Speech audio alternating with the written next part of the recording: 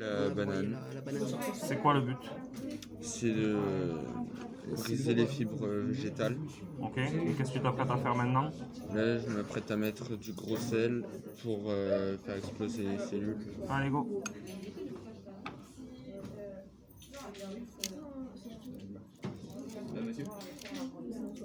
Oui. Oui, oui, ben oui. Faut vraiment que tu te serves du sel pour écraser la banane. Que tu l'entendes croustiller, quoi, j'ai envie de dire.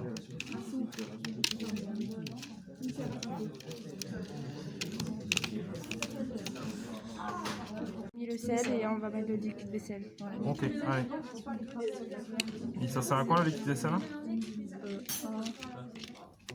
Aider la destruction des membranes cellulaires. Ok.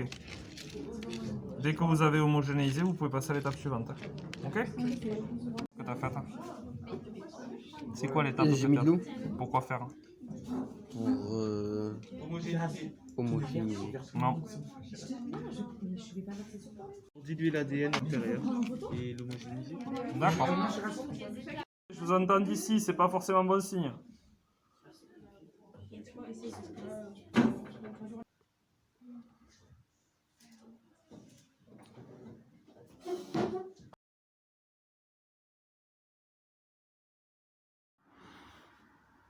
Observation des racines de jacinthe au grossissement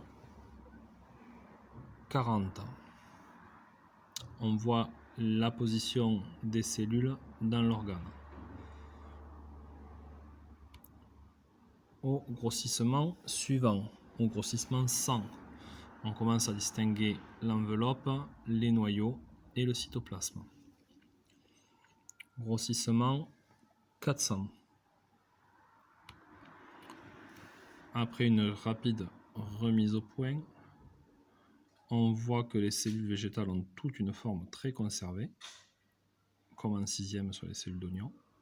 Et on voit que au sein de ces cellules végétales, dans cette zone où il y a une forte activité cellulaire, on voit plusieurs endroits où les cellules ne sont pas avec un noyau, mais avec des sortes de bâtonnets. Ce sont les chromosomes. Et nous allons passer au grossissement 600.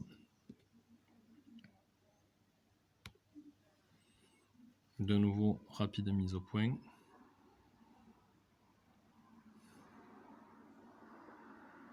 Et là, vous voyez qu'en fait, ces cellules sont réparties à droite à gauche. Grâce au système du microscope, je vais pouvoir me déplacer, si ça va modifier la mise au point. Et on voit que ces cellules sont réparties dans le tissu et que ces chromosomes ne donnent pas toujours la même forme à cette cellule. On voit des noyaux très ronds, très traditionnels, puis des noyaux plus éclatés, des noyaux où il y a l'air d'avoir un alignement. D'accord ? Ces bâtonnets que l'on voit et qui sont en fait le noyau qui change de forme, ce sont les chromosomes.